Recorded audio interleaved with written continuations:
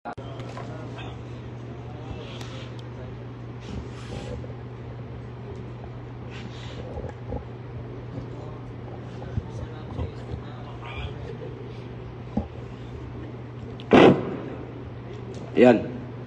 Mas okay yan, di ba? Sige, yan.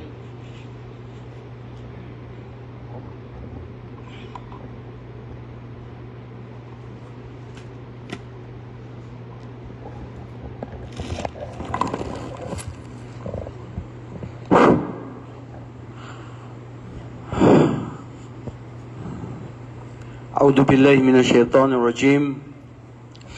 Bismillahirrahmanirrahim. Alhamdulillah. Wa afdalus salatu wa atamut taslim ala sadiqil wa'dil amin. Sayyidina wa nabina Muhammad arsalahu Allah bil haqqi bashira wa nadhira wa bayna yadayhi sa'ah may yuti'illaha wa rasula faqad rashad wa may ya'sillaha wa rasula fala yalumu illa nafsah wala yadurullaha syai'a. Amma ba'd. Assalamualaikum warahmatullahi wabarakatuh. Bro, pairam ng isang unan. Jibril. Yan. Sige. Mga kapatid, kanina ay mayroon akong gagawing sorpresa sa inyo. Dahil ang wika nga nila, life is full of surprises. Pero sa nakikita ko ngayon, para din dun sa mga kasamahan ninyo dati na nandito sila noon, naghanda ako ng 27 papel para sa inyong pagsusulit. Bakit nga ba kailangan may pagsusulit? Kasi walang saysayang pag-aaral pag walang pagsusulit. Tama ba yun, Yahya? Paano mo malalaman na ikaw ay may natutunan kung walang pagsusulit? Kung walang examination? Paano mo mapapatunayan na ikaw ay totoo Muslim na kung ikaw ay hindi ka susubukan? Ang buhay dito sa mundo, pagsubok. Dahil dito, naisip ko ngayon na magsusulit tayo ngayon, pero gusto ko lahat ng mga kaklase nyo na nakalista at ika-cancel ko siya ngayon, gagawin ko siya next week para handa. Actually, gusto ko talaga yung walang handa eh. Gusto ko talaga yung walang handa. Kasi isipin nyo, ang aral sa buhay natin mga kapatid, katulad ng kamatayan, biglaan ang lahat. Batid nyo ba ang lahat ng nangyayari dito sa mundo, biglaan ang lahat ng nangyayari? وَمَا تَدْرِي نَفْسٌ مَاذَا تَكْسِبُ غَدًا وَمَا تَدْرِي نَفْسٌ بِأَيْ أَرْضٍ تَمُوتُ. Hinding-hindi alam at batid ng bawat isa sa inyo anong mangyayari bukas. At kung saan siya lupain na siya ay mababawian ng buhay. Oo, nagpaplano tayo. Oo, meron tayong mga iniisip na gagawin. Pero hindi tiyak na ang mga planong ito ay sadyang mangyayari. Dahil ang plano mo ay mayroon palang plano ang tagapaglikha, ang lumikas sa iyo at sa akin, sa atin lahat, na ang kanyang nilikha ay may plano siya sa bawat isa. Tanggapin mo o hindi, mangyayari ang mangyayari na kapahintulutan at kagustuhan niya. وَمَا تَشَاءُونَ إِلَّا أَن يَشَاءَ اللَّهَ رَبَّ الْعَالَمِينَ. Wala kayong nanaisin maliban sa kung ano ang nanaisin na itinakda ng Allah na siyang magaganap, na siyang mangyayari. Kaya minsan, ang isang Muslim, ang akida natin bilang isang Muslim na tunay na pananampalataya para nagiging magaan ang ating pananampalataya, natatanggap natin ang anumang mga dumarating sa ating buhay, ay panatag ka. Magrereklamo ka na ang Allah pala, ang lumikha sa'yo, ay siya mismo ang nagtalaga sa mangyayari, na magtakda sa mangyayari. So ba't ka magrereklamo? Diba bro? Alhamdulillah, batid natin na tayong mga Muslim, ang pahirap sa atin dito sa mundo, ang mga pagsubok at pigati at lungkot at anong hirap na ating tinatamasa, ay isang uri ng biyaya ng Allah. Pagpapala ng Allah. Habag ng Allah. Isang uri na para tayo ay napapatawad sa ating mga kasalanan. Alhamdulillahilladzi hadana lil Islam. Wallahi mga kapatid. Alhamdulillah, this is the true religion of Allah. The perfect religion of Allah. That He guided us. Dahil sa totoo lang, kung wala ang Islam sa buhay natin, ano pa kapatid ang saysay ng buhay mo dito sa mundo? So ngayong araw, o ngayong gabi, hayaan nyo akong ibahagi sa inyo. Kanina, sabi ko, mag-i-exam nga tayo eh. Pero hindi ko alam, ba't nabago ngayon ang isip ko na hindi kayo mag-i-exam? Wala naman kayong magawa kung talaga mag-i-exam kayo ngayon. Pwede nyo ba akong pigilan? Ha? Maski pinigilan nyo ako, pero kung hindi ko gusto, may makakapigil pa, kapatid na Omar? Ang Allah lang. Masya Allah. Correct. Pero, ang punto ay ngayon lang pumasok sa isip ko itong katulad ng nangyayari. Ang title ko ngayon dito nilagay ko, hindi ko alam kung naintindihan ng mga nanonood sa atin. Tuloy-tuloy. Hindi ko alam bakit yun na naisulat ko. Tuloy-tuloy. Anong hikma sa tuloy-tuloy na yan? Pahingi ako ng tissue, Ismail. Hindi ko alam kung bakit ako sinisipon. Meron bang sinisipon dito sa inyo? Ha?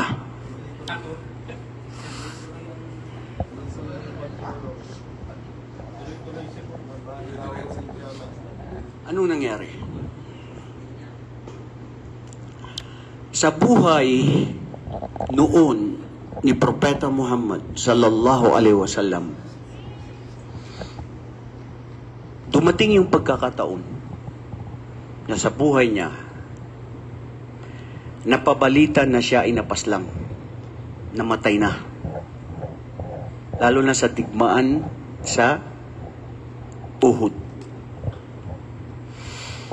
Sa unang digmaan sa Islam, at ito yung Ghazwatul Badr, Ghazwatul Badrul Kubra, nanalo ang mga Muslim.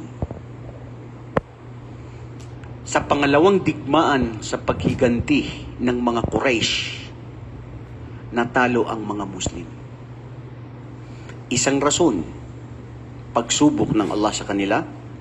Pangalawang rason, hindi nila pagsunod kay Propeta sallallahu alaihi wasallam.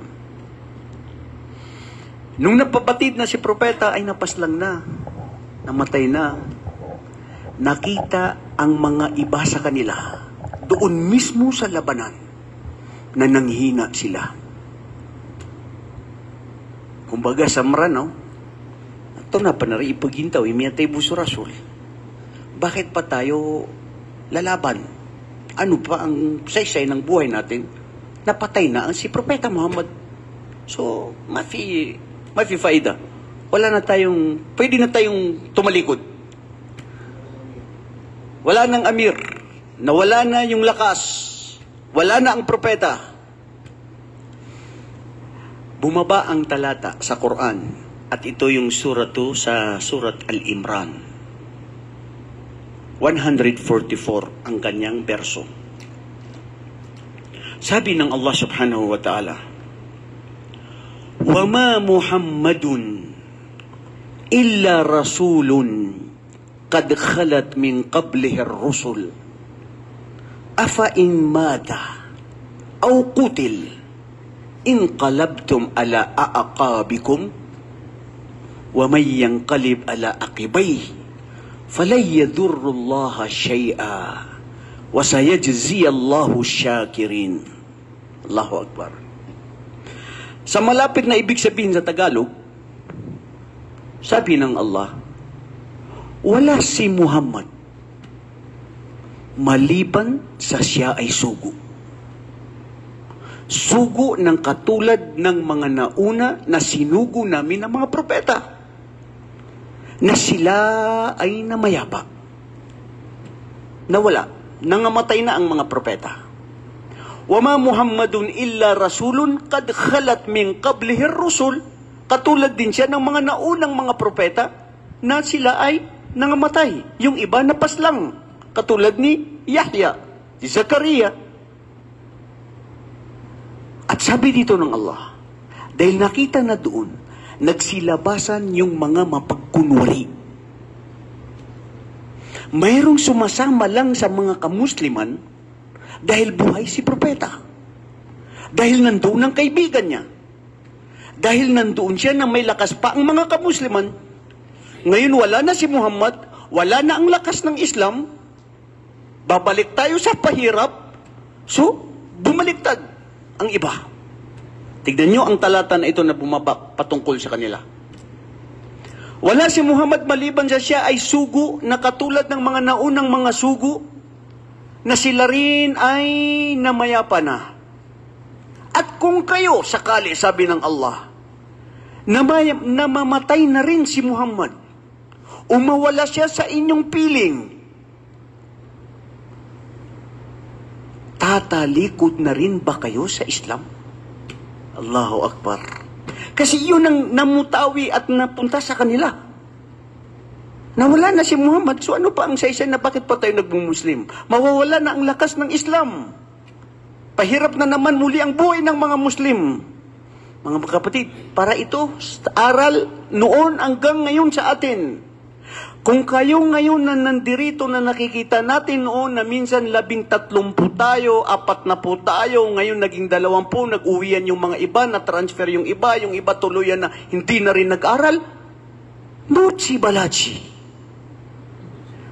Nag-aaral ba kayo dahil meron tayong iniisip na dahil nandito yung kaibigan? Dahil meron tayong toyo na bakit nandito dahil may pagkain? Mga kapatid, titignan ng Allah kung sino ang tunay na may dalisay na pagkabusilak ang puso. May dumating o wala, may magturo na ustad o wala, pero nandoon ako sa pagpupulong na kung saan kalugod-lugod ito sa Allah. Gusto ko madarama. Gusto ko magkaroon ng kaalaman. Gusto ko na maski hindi ko naiintindihan ng turo ng ustad, nandoon ako sa lugar na kung saan nandoon ang mga pagpapala at pagpapatawad ng Allah sa mga taong nagtitipon-tipon para lang sa Allah, na sila ay magkakaroon ng mga bibiyayaan ng Allah ng mga liwanag sa araw ng paghukom, na naiiba sa lahat ng mga taong papasok sa paraiso, pati ang kanilang mga kasuotan, dahil nagtitipon-tipon sa Allah. So, ang aral dito mga kapatid, tandaan nyo, ang buhay natin tuloy-tuloy. Hindi mawawala ang Islam. Walang sino mang makakasira sa Islam.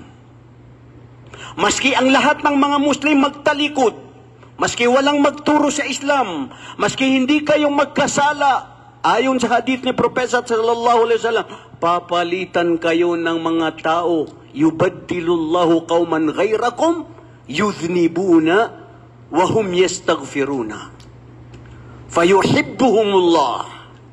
Papalitan kayo ng Allah ng pamayanan na sila ay nagkakasala. Kung halimbawa isipin nyo na hindi kayo nagkakasala, papalitan kayo ng mga taong nagkakasala, na ngunit sila ay nagmamahal, na sila ay patawarin ng Allah sa kanilang mga kasalanan at nagtatawbat, nagbabalik loob sa Allah, at yun ang mahal ng Allah. Sa atin mga kapatid, ang Islam, ikaw, ako, tignan mo ang sarili mo sa pagka-Islam mo. Huwag mo tignan si Ustad, si Sheikh, ang kaibigan ko, o kahit sino. Isa lang naman ang emplo natin, di ba? Si Propeta sallallahu alaihi wasallam, sa araw ng paghukom, nafsi-nafsi. Yawmu la yanfa'u malun wala banun illa man atallaha biqalbin salim. Kapanahunan sa araw ng paghukom na hindi makakapagbigay ng binipisyo sa kanila ang kanilang mga anak, mahal sa buhay, pati ang kanilang mga pera at kayamanan, maliban kung sino ang darating sa araw ng paghukom ng kanilang mga puso ay tunay na busilak na nagtagtaglay na ito ay para sa Allah ang kanilang mga ginagawa. Mananatili ang Islam, mga kapatid, sa puso ng bawat isa kung sino ang tunay na dalisay, na bibigyan ng Allah ng tunay na habag at pagpapala at gabay. Dahil hindi lahat ng gabay ay ibinibigay ng Allah, kapatid, na Ibrahim. Pipiliin yan ng Allah. فَمَنْ يُرِدِ اللَّهُ أَنْ يَهْدِيَهُ يَشْرَحْ صَدْرَهُ لِلْإِسْلَامِ. Kung sino ang bibigyan ng Allah ng pagpapala at nanaisin niya, na mahal niya, ipabubuksan sa kanyang puso't isipan ang Islam. Na yan ay nakikita sa bawat isa sa inyo o kahit sino isa sa inyo na nararamdaman niya. Bro, nasaan na ba? Saan tayo pwede mag-aral? Bro, walang pag-aaral doon sarado. Saan tayo uli pwede mag-aral? Inahanap nila ang pagtitipon-tipon para sa Allah. Allahu Akbar. Yung iba, ustad, sana hindi pa ako makauwi. Gusto ko mag-aral dito. Di ko makalimutan siguro mga 9 years ago, nung una kaming nag-Hajj, may namit ako ng isang balik Islam, wallahi umiiyak sa akin. Ustad, hiniling ko sa Allah ngayong pag-Hajj ko. Ang kumpanya namin magsasarado, pauwi na kami. Hiniling ko, ya Allah, wallahi maski kunti lang ang aking sweldo, sana hindi ako makasama sa makauwi. Dahil gustong-gusto ko na makapag-Hajj, makapag-umra at mag-aral dito sa Riyadh sa pag-aaral sa mga Islamic Center. Balikan natin yung ayah. Ano sinabi ng Allah? Kung si Propeta Muhammad ba ay siya ay mapaslang, umamatay, kayo na rin ba ay tatalikod? Sa dati na kayo ay kasamahan ng mga kamusliman? Kasama ni Propeta Muhammad at nawala na si Propeta Muhammad ay mawawala na rin kayo ng lakas? Allahu Akbar. Anong sinabi dito ng Allah? فَلَنْ يَضُرُّ اللَّهَ شَيْئًا. Walang mababawas sa Allah. Ibig sabihin, وَسَيَجْزِيَ اللَّهُ الشَّاكِرِينَ. As sila ay gagantimpalaan, bibigyan ng pagpapala, yaong sila na tuloy-tuloy, na nagpapasalamat, naghahanap ng karunungan, naghahanap na sila'y kalugdan ng Allah, na sila ay tuloy-tuloy na pagka-Muslim, mawala ang lahat, wag lang mawala sa akin ang Islam at ang aking pananampalataya. Very simple example. Sa kumpanya namin, sabi ko dun sa isa na kasamang ko sa Saudi, Khalid, where is now Fahad, the Vice President? More than 30 years in our company. Maybe if he will leave the company, this company will bankrupt. Alam niyo sinabi niya? Amrullah, kahit sinong mawala dito sa kumpanya, tuloy-tuloy. Billions ang kapital ng kumpanya. Tanging ang Allah lang ang nakakaalam. Subhanallah, naalala ko tuloy yung sinabi ni Hasan al-Basri. Anong sinabi ni Hasan al-Basri? Alimtu anna rizqa Allah alayha lan ya'khudahu ahad fatma'annu qalbi. Batid ko at alam ko, ang biyaya ng Allah ay sa akin lamang at walang pwedeng makakakuha nito. At naging panatag ang aking puso. Bakit ako mangangamba? Kung nilikha ako ng Allah, 50,000 pa ako dapat, bago pa ako nilikha, itapos na ang nakalaan na makakain ko. Na magaganap na mangyayari sa akin. Wallahi kapatid, na-ijeri ko.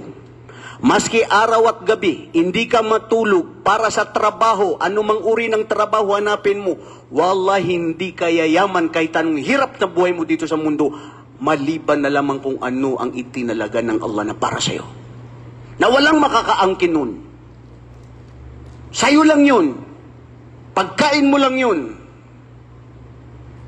Ito ay para sa mga tao na minsan ay nagkakaroon ng inggit at puot at gusto paslangin at nainggit sa kapwa-tao na akala mo bakit siya mayroon, bakit ako wala, hindi. Samantalang ang sayo ay sayo lang. Ano ka? Nagkakaroon ka ng am yahsudun. Sabi ng Allah sa Quran, am yahsudunan nas ala ma atahumullahu min fadli?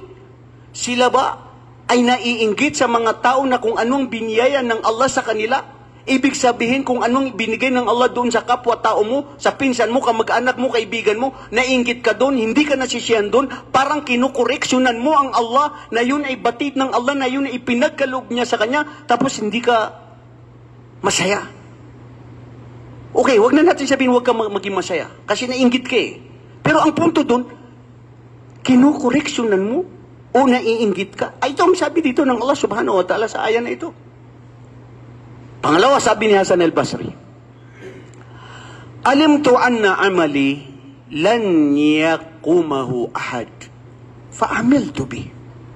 Batid ko at alam ko na ang aking gawain ay walang sino mang pwedeng makagawa.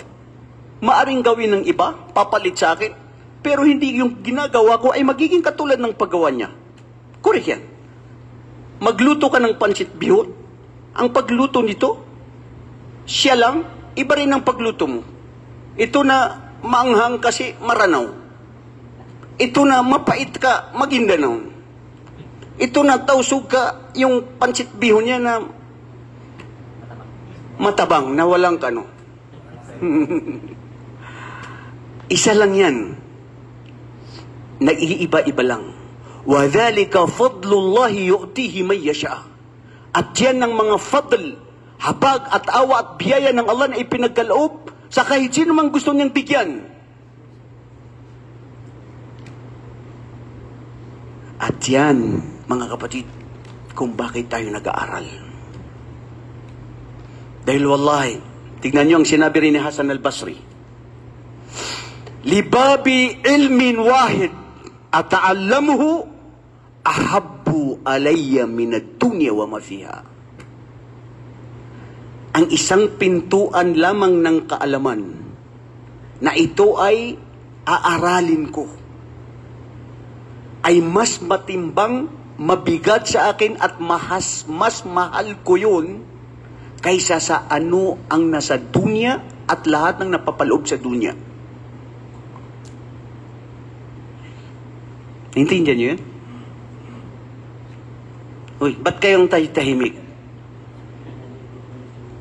Nakuha niyo yun, bro. Sabi niya, ang isang pintuan ng kaalaman na ito ay aalamin ko, pag-aaralan ko, ay mas matimbang sa akin na mas mahal ko yun kaysa kung anong napapaloob sa mundo at lahat ng nandito sa mundo. Pintuan lamang yun ng kaalaman sa Islam. Ya Allah, nasaan tayo na mas gusto natin ng pera at kayamanan kaysa sa kaalaman?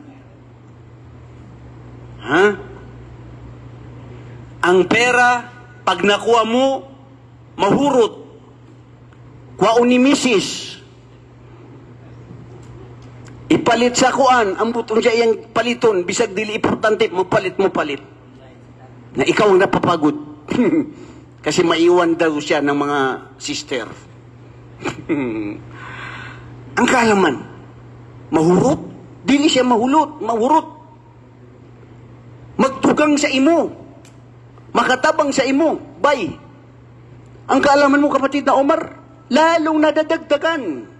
Lalo kang napapalapit sa Allah. Lalo kang nagiging dakila sa Allah at sa mga anghel.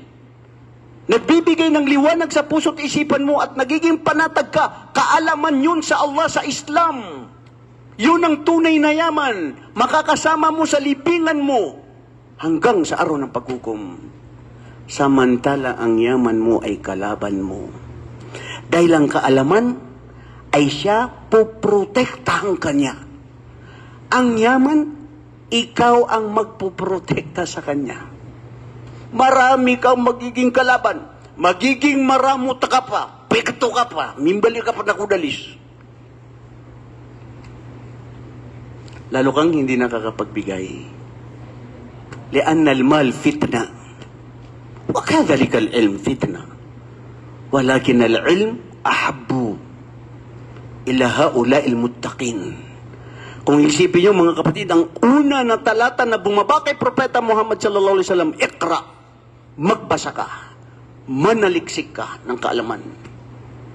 At wallahi nakakainggit ang mga tao na hanggang ngayon, bisag tigulang na ang mga scholar kaya, nag-aaral sila na tigulang na sila. Maraming nakamemorize ng Quran na matanda na sila. Dahil yan ang kahalagan ng kaalaman. Wallahi mga kapatid, maswerte ka, mapalad ka, kapatid na isa, na pumupunta ka rito. Hindi ko makalimutan isang estudyante natin noon. Halos lahat ng mga Islamic Center na tinuturuan ko noon, dati sa Batha, sa Badia, sa Second Industrial, sa Rabwa. Isipin mo yun, kapatid Abdulaziz. Umaga, buntag sayo, ugma, alas 8, mualis na ako sa balay. Darating ako ng gabi ng alas 10 ng gabi. Sa opisina, alis ako ng alas 8, darating ako alas 4, alas 5. 8 hours. Pero sa Friday, aalis ako ng alas 8, darating ako ng alas 10 ng gabi. Allahu Akbar. And wallahi, I consider it, Friday is the best day for me. Because this is the day I feel the tranquility and peace of mind. Because I am teaching and at the same time, I am learning. Kasi yun lang ang alam ko na makakatulong sa akin.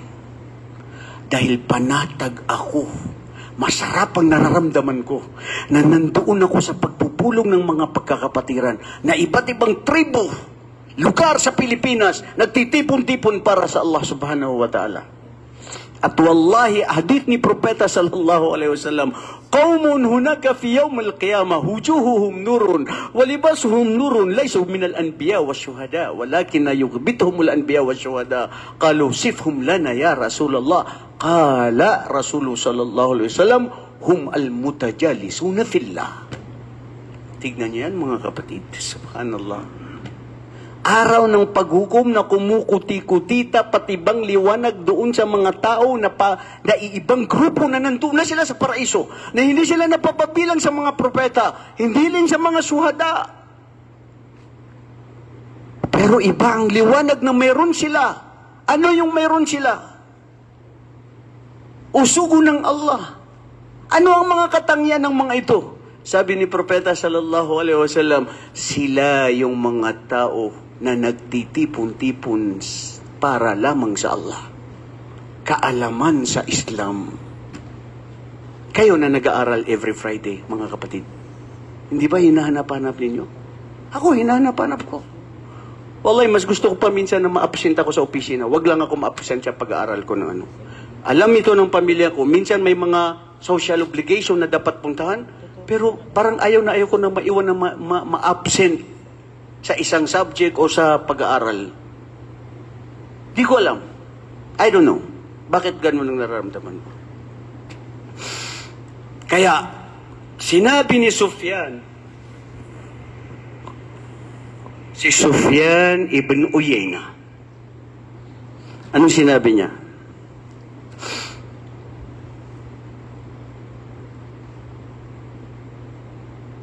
Min husni awwalul ilm. Ito mga kapatid, tayo na nag-aaral sa Islam. Tayo na nag-aaral sa kaalaman sa Islam. Alam natin na ito yung tanging yaman. Pinakamabigat ito sa Allah. Mahal ng Allah ang nag-aaral, nagbabasa tungkol sa Islam.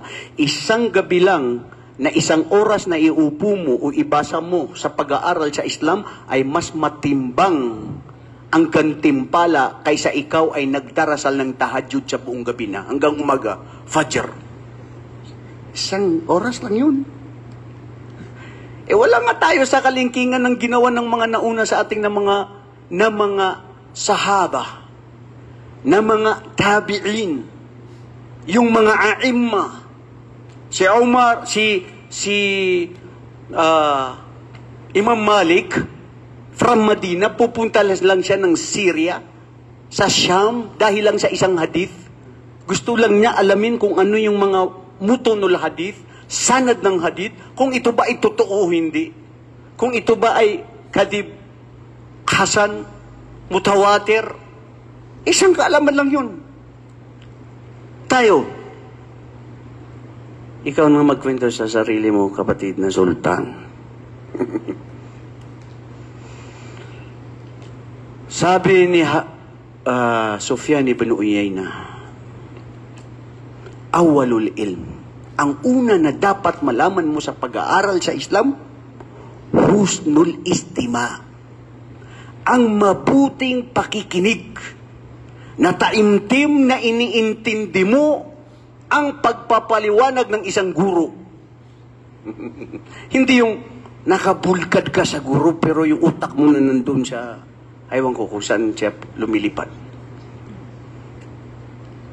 Husnul istima, may mabuting pakikinig.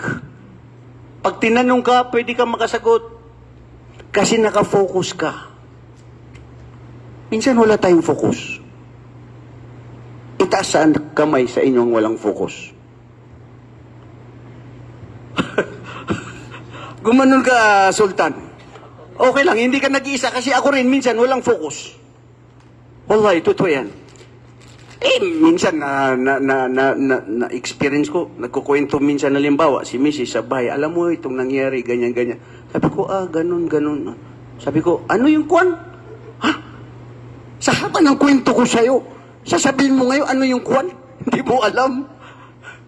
Focus. We have no focus. Talaga magagalit yun, bro. Yun, sa mga kaibigan mo pagtuturo na, nakikinig ka. Pero pag ako, naunsa ka. Sorry kasi, sa dami-dami ng mga problema. Sa dami-dami ng mga pumapasok, sa dami-dami ng tawag text, isada. Allahu Akbar, mga kapatid. Focus. Mabuting pakikinig. Pangalawa, sa pag-aaral, al-fahm. Anong fahm? Anong faham? Faham. Ha? Pag-unawa. Iba inisip nyo, bro. Yung pagkain doon sa baba na faham, na pagkain manok.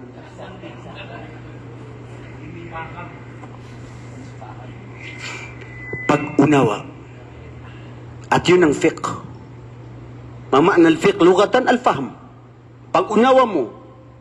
Dahil pag hindi mo naintindihan ang ititunuturo sa'yo, hindi ko alam kung masasagot mo ang tanong. Hindi ko alam kung tuloy-tuloy na may intindihan mo yan. Hindi niyo yun na naranasan. Sino hindi nakaranas? Ako, nung grade 3, nagtuturo yung teacher, wala akong focus, yung kaklase ko, matalino kaysa sa akin, naintindihan niya agad. Mag-i-exam, sabi ko, ano yung sinabi ni Ma'am? Hindi ka kasi nakikinig eh. Allahu Akbar. Sabi ko, sige, hindi na tayo magkaibigan. Ayan, babawi ka ngayon. Kailangan intindihin, kapatid. Pero ang problema kasi, minsan, ang pag-iintindi rin, iba-iba ang pag-iintindi ng tao. May tao na ipinagkaloob ng Allah na, mashallah, mabilis ang pag-intindi niya. May tao naman na ilang beses mo sabihin sa kanya, kailangan repeat. At yan ay fadl ng Allah subhanahu wa ta'ala. So, kailangan maintindihan. So, kung hindi mo maintindihan, magtatanong ka. Ma'am, ano yun? Sir, ano yun? Sheikh, Ustad, ano yun? Dapat lang. Kasi pag tuloy-tuloy, lalo na sa usapin patungkol sa fiqh, pag-unawa, sa faraid, may mga katulad yan ng mathematics na meron diyang mga formula na dapat mong i-memorize. Kasi pag hindi, na mahina ka pa sa mathematics, na mapur na lagi imong grado. Di ko makalimutan nung high school kami, sumasagot yung kaklase ko, ang sagot doon ay -4. Tapos sabi niya, anong sagot? Sabi niya, Ma'am, poor. Dapat -4. Sabi ng teacher namin, Bisaya man to, na, mapur lagi imong grado. La ilaha illallah. Kasi hindi ka nakikinig. Kaya minsan, ako pag nagtuturo sa inyo, lalo na pag seryoso sa mga pag-aral dyan sa Sulay, tapos may nagkukwento doon na bumubulong-bulong-bulong, talagang tatawagin ko yan. Kasi hindi ka makafocus. So, kailangan ng pag-unawa. Pagkatapos ng unawa, hada ma yakfi ya akhi anaka fahimt. Inama yahtaju al-hifd. Kailangan may memorize. Lalo na pagdating sa reliyon. Sa Islam, bro, pag ikaw ay tinanong, hindi kinakailangan lang ang pag-unawa. Kailangan dito ay ma-memorize mo ang mga basihan, ang sagot, dalil, proof from the Holy Quran. Hadith ni Propeta sallallahu alaihi wasallam at mga sinabi ng mga pantas, ang hatol nila patungkol dito. Dahil kung wala, ano ka, magsasabi ka ng kwentong barbero? O haka-haka mo? Pwede siguro kung ano ang naintindihan mo. Pero hindi kinakailangan lagi yun. Kasi may mga kailangan na ikaw ay magbibigay ng dalil. At ang pagbibigay ng dalil, kinakailangan ng pag-memorize. Alam natin sarili natin kung madali tayo maka-memorize. Tama? At pag umabot ng edad mo ng 40, dili na katulad sa una. Mahirap na mag-memorize. Kapatid na Yahya. Bakit kaya? Ha? Anong practice? Hindi. Ang tanong, bakit mahirap na mag-memorize sa edad mo na 40 plus? Tumatawa si kapatid Efraim. Ha?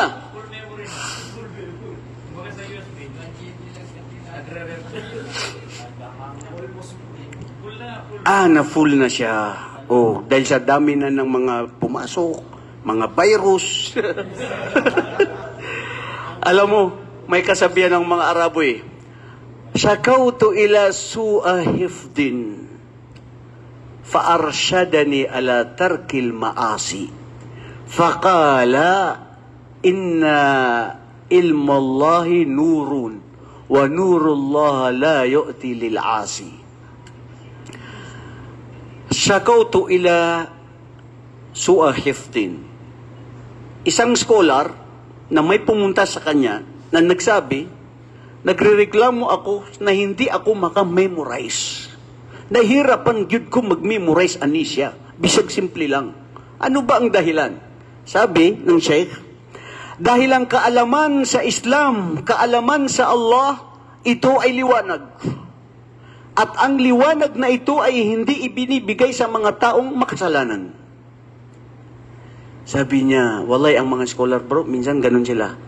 Pati sa ka-generation ngayon, pag marami kang nakikitang haram, nahihirapan ka mag-memorize. Dahil yung mata mo, yung utak mo na na-virus. Nalagyan na ng virus. Yung sabi mo nga, yung USB, pag napuno, maraming mga virus, kailangan diyang i-format para mabawasan. So, kailangan ng pag-memorize. At wallahi mga kapatid, sasabihin ko to, I want to say this, especially to the young generation nowadays. Take your time while still young, memorize many things. Because there will be a time that will come that it is very hard for you now to memorize. Because yesterday is not the same as today. Lalo na sa ngayon, sa daming mga virus na nakikita mo, dito lang, iba-iba na. Alam mo, minsan bro, naisip ko, yung sino ba yung nagsabi doon, yung kaibigan ko, itong si Yusuf, sabi niya, ito, halos hindi ka na makapaniwala. Lahat dito na AI. Hindi mo nasasabihin kung sino ba ang tama, sino ang mali. Alos, lahat sabihin mo, parang wala ng authenticity ang mga balita o nakikinig dito. Pati yung bata, pati yung pusa, umiiyak. Nagsasalita na rin. Yung bata na sagol. Where's the doctor? Where's the doctor? Why? You're still young. You just born today. Now, I want to go back. I want to go back because my father is ugly. Ishada. Nakita niyo yun, bro? La ilaha illallah. At mayroon pang mga iba na nakakamangha na talagang akala mo totoo na. At ginagawa pa rin ito ng mga iba na mga Muslim. Sasabihin ko to sa Maranao na gumagawa. Sino yung Maranao na yun? Na nagsuot, na lalaki siya, na sumuot na pang Miss Universe. Kaya doon siya kaya ruruan sa Maruang. Lalaki ka, hindi ka nahiya. Nakasuot ka ng Miss Universe, tapos sabi niya doon sa post niya, "Ay, alam ko maraming magbabash, pero alam nyo naman ngayon sa social media, lahat pwede gawin ang hindi." Ito ano lang yan, AI lang yan, sabi niya. Hindi ako yan, pero sinubukan ko na pwede pala. Sa lahat ng pwede mong gawin, yun pa ang pinili mo. Ang sinabi ni Propeta sallallahu alaihi wasallam, "La'anallahu al-mutashabbihina minar rijala bin nisa." Waliya'udhu billah. Kinasuklaman ng Allah ang mga kalalakihan na gumagawa ng gawaing mga pangbabae. Kasuotan, salita, o anuman. Waliya'udhu billah. So, kailangan ng fahm, kailangan ng hifd, thumma al-amal. Kapatid, anong amal? Gawa. Ish faida anta fi hifd wa anta fi ilm, badin anta ma fi sawi amal? Anong silbi? Na maalam ka, memorize mo, alam mo yung profession mo, pero wala kang naipapakita na gawa at kilos. Is faida? Ha? Mafi faida. Walang silbi, walang saysay. So, ang Islam, kailangan ng gawa. Kailangan ng kilos. Dahil, kung hindi rin, hindi kumpleto ang pananampalataya. Kaya kinakailangan ng gawa. So, al-amal. Li'anna al-iman, qawlun bil-lisan, wa i'tiqadun bil-qalb, wa amalun bil-jawarih. Dahil ang iman na pananampalataya, na totoo, na tanggap ng Allah, ay kung ano yung sinasabi ng dila, at tunay na pinapaniwalaan ng puso, na may kaakibat na ito ay may kilos at gawa. Hada huwa amalu salih.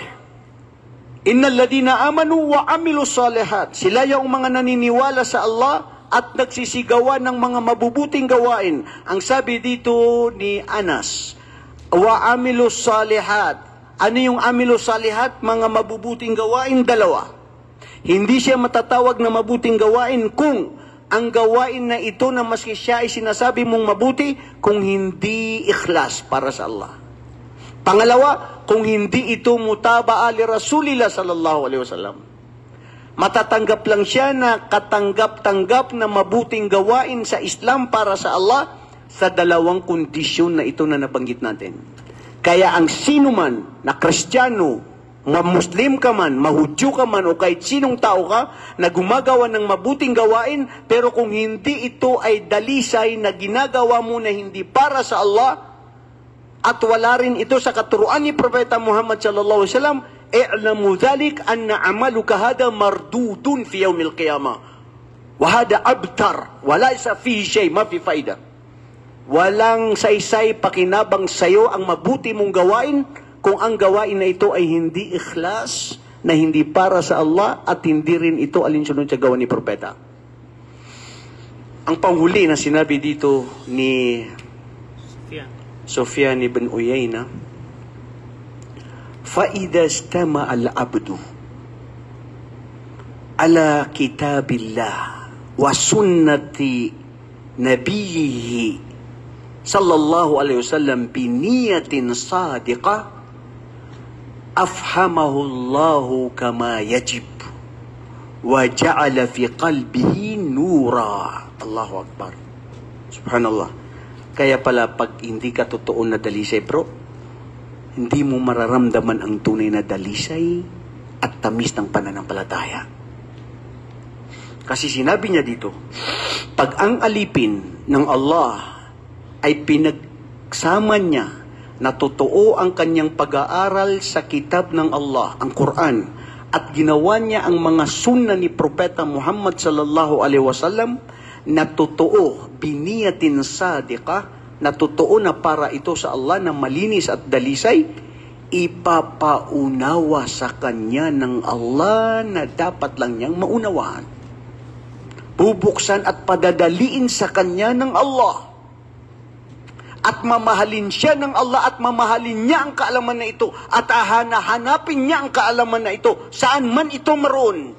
Gusto niya, hindi malayo, hindi mahirap, basta gusto lang niya makarating. Ilan sa inyo mga kapatid na pumupunta sa mga Islamic Center na nagtataksi na nagbabayad? Sige na. Bilangin mo ang sarili mo kung nakapunta ka ba na nagtaksi ka, nag-provide ka ng mismo sarili mo. Wa anfiqu fi sabilillah. Magbigay kayo sa mga biyaya ng Allah na ipinagkaloob sa inyo na gamitin ito para sa Allah. Hindi ba ito na isa sa pinakamalaki? Isipin nyo lang, ha? Man kharaja fi baytihi wa huwa yatlubul ilma fa huwa fi sabilillah. Ang sino mang lumabas sa kanyang bahay na nag-aaral patungo sa Allah, siya ay nasa daan patungo sa Islam o patungo daan sa Allah subhanahu wa ta'ala. O sino ang mamatay sa daan sa patungo sa Allah, inshallah siya ay tanggap sa paraiso. Wa innal malaikata latada'u ajnihataha ridwan li talibil ilm, ridwan bima yasna hatta alhitanu fil bahr la yastaghfiru li talibil ilm. Allahu Akbar. Isipin nyo, bro, may mga anghel ang Allah. Sa dami ng kanyang mga anghel, may grupo na mga anghel na ang kanilang gawain ay papuri luwalhati sa Allah at hanapin lamang ang mga tao na nag-aaral sa Islam dito sa kalupaan na ito. Yun lang ang trabaho nila. Hindi sila nagbabantay ng paraiso at imperno, hindi sila nagbabantay sa mga sanggol o mga bata o nagsusulat ng mga ginagawa ng mga tao dahil may mga gawain din ng mga ibang anghel na ganun. Itong mga anghel na ito na nabibilang na isang grupo ng mga anghel na nilikha ng Allah, ganun lang ay para hanapin ang mga tao na nag-aaral sa Islam. At ang pag-aaral sa Islam ay ibadah. At ang pagtitiis nito ay sabr na kalugod-lugod sa Allah subhanahu wa ta'ala. At ang pananaliksik dito ay liwanag. Anong sinabi? Wa ja'alallahu fi qalbihi nura. At gagawin sa kanyang puso't isipan, lalo na ang kanyang puso, na magiging liwanag sa kanya ang kaalaman. Walay mga kapatid, tignan nyo ang taong tunay na may taglay na tunay na kaalaman sa Allah, na dalisay at totoo para sa Allah. Makikita mo at mamumutawi sa kanya ang tunay na pagkatakot sa Allah. Sa pamamagitan ng kanyang gawain, sa pamamagitan ng kanyang kilos at kanyang mga salita. At walang pangamba sa lahat ng anuman. Dahil alam niya ito, na ito ay kalugod-lugod sa Allah subhanahu wa ta'ala. So ito mga kapatid, ang patungkol sa kahalagaan ng kaalaman na siyang tunay na pinakamahalaga sa bawat isa sa atin. Ito ang tunay na yaman, makakasama mo, kaibigan mo, liwanag sa iyong libingan, lalo na magpoprotekta sa iyo sa araw ng paghukom, kung saan yarfa'illahu alladhina amanu minkum walladhina utul ilma darajat. Itinataas ng Allah ang mga, ano ba tawag doon? Angkat?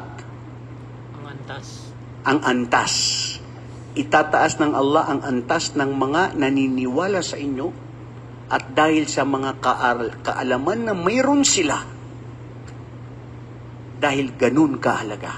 Kaya, in conclusion mga kapatid, ang pag-aaral natin, mag-aral man si kahit sino na hindi mag-aaral, pupunta pa rin ako doon.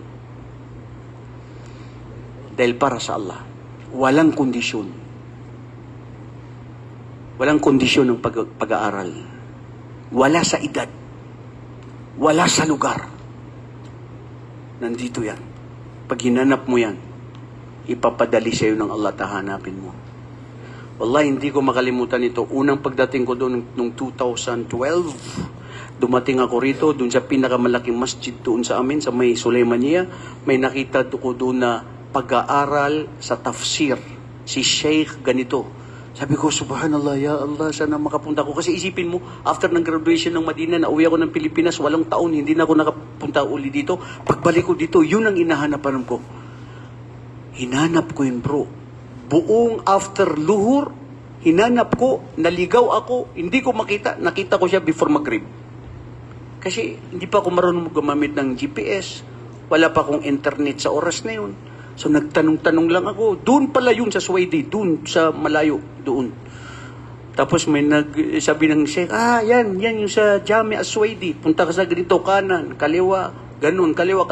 Yun ang sinusunod ko hanggat laligaw, hindi ko na alam kasi first time pa ako rito. Pero nung natagpuan ko yun, wallahi mga kapatid, maiyak-iyak ako. Ya Allah, panatag ako. Ang sarap makinig ng mga aralin sa Islam. Kayo, ako, tayo lahat, nanalin lang ng social media, paglabanan natin ito. Wallahi, i-google natin na paramihin natin na gamitin para sa Allah na ang titignan natin, pakikinggan natin ay ang mga aralin sa Islam. Oo, minsan nakakakita ka dyan ng hindi ka lugod-lugod. Makita mo? Scroll mo siya. Huwag mo siya balikan. Pag binalikan mo yan,